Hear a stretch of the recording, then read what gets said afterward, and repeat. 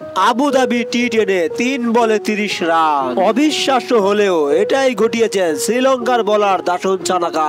সাকিব আল হাসানের বাংলা টাইগার্সে এমন এক হাস্যকর ঘটনা জন্ম দিয়েছেন শ্রীলঙ্কার এই বোলার। কিভাবে ঘটলো এবং শেষে কি হলো বিস্তারিত থাকছে পুরো ভিডিওতে। তো দর্শক, এসএমএস স্পোর্টস আপডেট চ্যানেলটি সাবস্ক্রাইব করে পাশে থাকুন। ক্রিকেটে আর কতই না কিছু দেখতে পারবে ক্রিকেট প্রেমীরা। সর্বোচ্চ রান, সর্বোচ্চ ছক্কা এবং সর্বোচ্চ আউট। এবার নতুন এক ইতিহাস সৃষ্টি করলো শ্রীলঙ্কার বোলার দাসুন সানাকা। টি-10-এ সাকিব আল হাসানের বাংলা টাইগার্স এবং দিল্লি বুলস মুখোমুখি হয়েছিল। দলীয় 19তম ওভারে বাংলা টাইগার্সের অধিনায়ক সাকিব আল হাসান দাসুন সানাকে বোলিংয়ে আনেন আর এসেই করলেন ইতিহাস।